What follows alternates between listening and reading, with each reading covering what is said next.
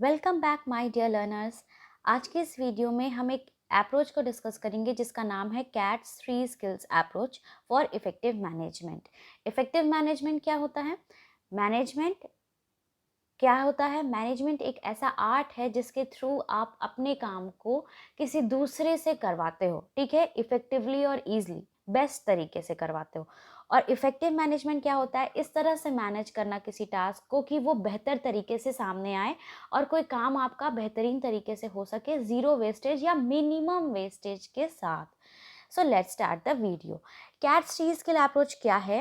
Robert cats ने 1955 में एक अप्रोच दिया था जिसकी मदद से उन्होंने कहा कि ये तीन अप्रोच उन्होंने दिए, तीन स्किल्स बताएं जिस पे उन्होंने कहा कि ये तीन स्किल्स अगर किसी एम्प्लॉयर्स के पास हैं तो वो मैनेजमेंट को बहुत इफेक्टिवली कर सकता है।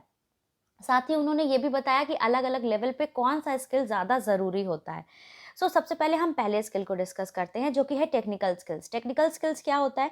These skills involve the ability to use specific knowledge and techniques to perform the task. आपके पास नॉलेज है, आपको पता है कि कोई काम को कैसे करना है, लेकिन उस काम को करने तो आपको आता है, लेकिन किस तरह से आप अपने नॉलेज को अप्लाई करें आपके पास ये जानकारी नहीं है। तो जैसे मान लो किसी को कोई सब्जेक्ट का बहुत नॉलेज है लेकिन उसे नहीं पता है कि अगर सामने वाले को मुझे समझाना है वो चीज़ तो मैं कैसे समझाऊं, ठीक है।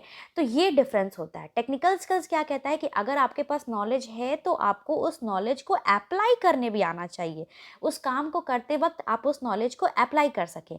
और ये जो स्किल है ये जो मेनली जो फ्रंट लाइन मैनेजर्स होते हैं उनके लिए ज़रूरी होता है, बहुत इंपॉर्टेंट होता है। इसमें क्या-क्या आ सकता है? जैसे मान लो आपके पास प्रोग्रामिंग की स्किल है, तो वो टेक्निकल स्किल में आएगी। आपके पास सोशल मीडिया का बहुत सारा एक्सपीरियंस है, आप टेक्निकल राइटिंग कर सकते हो, प्रोजेक्ट मैनेजमेंट का काम कर सकते हो, डेटा एनालिसिस का काम कर सकते हो। तो ये सारी जो स्किल्स होती हैं, ये टेक्निकल स्किल्स में आएँगी।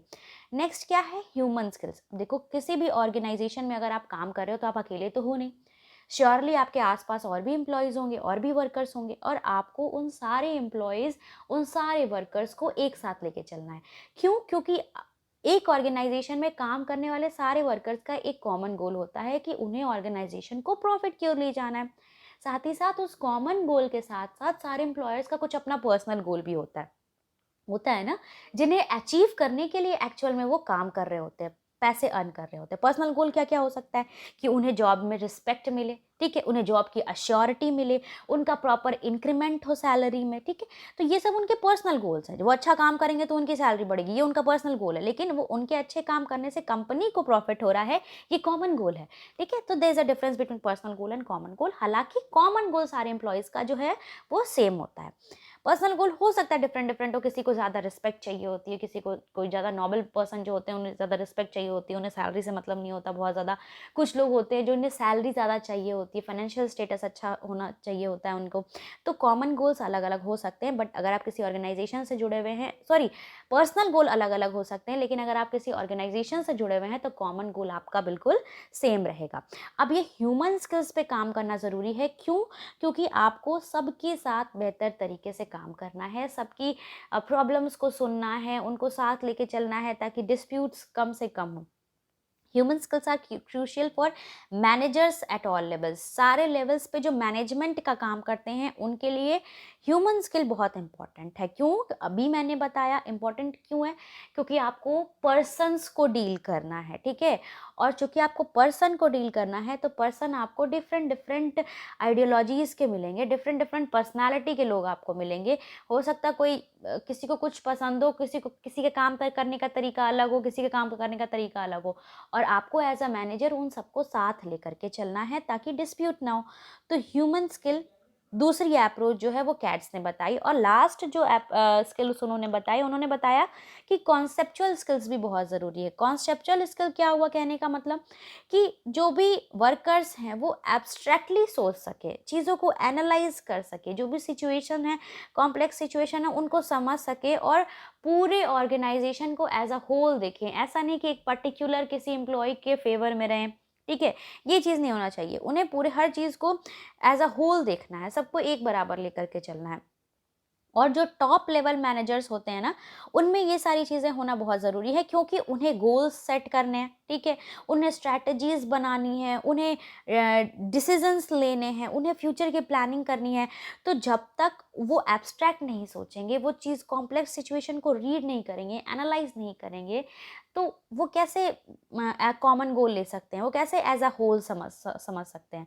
तो जो आपके टॉप लेवल्स के जो मैनेजमेंट होती है, उसके लिए ये स्किल होना ज़रूरी है। अब देखो, कैट्स ने इन सारी स्किल्स के अलग-अलग लेवल पे बताए हैं कि मिडिल मैनेजमेंट है तो कौन सा स्किल ज़्यादा ज़रूरी पड़ेगा, सुपरवाइजरी मैनेजमेंट है, मतलब जिसको हम कह सकते हैं कि लोअर लेवल है, तो उसमें कौन से स्किल की ज़्यादा ज़रूरत होती है, और अगर टॉप लेवल मैनेजमेंट है तो उसमें कौन से स्किल की ज़्यादा ज़रूरत होती है। तो देखो, टेक्निकल स्किल क्या है? टेक्निकल स्किल सुपरवाइजरी मैनेजमेंट में बहुत ज़रूरी होती है। ह्यूमन स्किल भी यहाँ बहुत ज़रूरी होती है। ह्यूमन स्किल अगर देखो तो ह्यूमन स्किल तीनों ही लेवल पे ज़रूरी है। तीनों ही लेवल पे ह्यूमन स्किल्स की ज़रूरत होती है, क्योंकि हर लेवल पे आपको ह्यूमन्स के साथ डील करना ही करना है। दूसरी चीज़ कि कॉन्सेप्चुअल स्किल्स जो है वो आपकी सुपरवाइजरी मैनेजमेंट में लो होती है। बहुत ज़्यादा आपको कॉन्सेप्ट की ज़रूरत नहीं है, क्योंकि आपको चीज़ें दी गई हैं कि ये काम है, आपको इस काम पे करना है, आपको सिर्फ वहाँ काम करना है, आपको वहाँ कोई डिसीजन नहीं लेने हैं, ठीक है? आपको कोई क्रिटिकल थिंकिंग वहाँ नहीं करनी है। तो वहाँ पर कॉन्सेप्चुअल स्किल्स की बहुत ज़्यादा ज़रूरत नहीं होती है। मिडिल मैनेजमेंट, अगर आप मिडिल लेवल की बात करो तो वहाँ पर टेक्निकल स्किल्स की भी थोड़ी बहुत ज़रूरत होती है, और कॉन्सेप्चुअल स्किल्स की भी थोड़ी बहुत ज़रूरत होती है। सबसे ज़्यादा ह्यूमन स्किल्स की ज़रूरत होती है, क्योंकि मिडिल मैनेजमेंट में ज़्यादातर मैनेजर्स लेवल के लोग आते हैं, और मैनेजर्स का काम ही है सबको मैनेज करना, ठीक है? लास्ट है टॉप मैनेजमेंट। टॉप मैनेजमेंट में क्या होता है? टेक्निकल स्किल्स की बहुत ज़्यादा ज़रूरत नहीं होती है, क्योंकि आपको वन लाइन मैनेजर्स आप नहीं हैं, आपको काम नहीं करना है, आपको रूल्स फ्रेम करने हैं, आपको क्रिटिकल थिंकिंग करनी है, आपको डिसीजंस लेना है, आपको प्लानिंग करना है, ठीक है?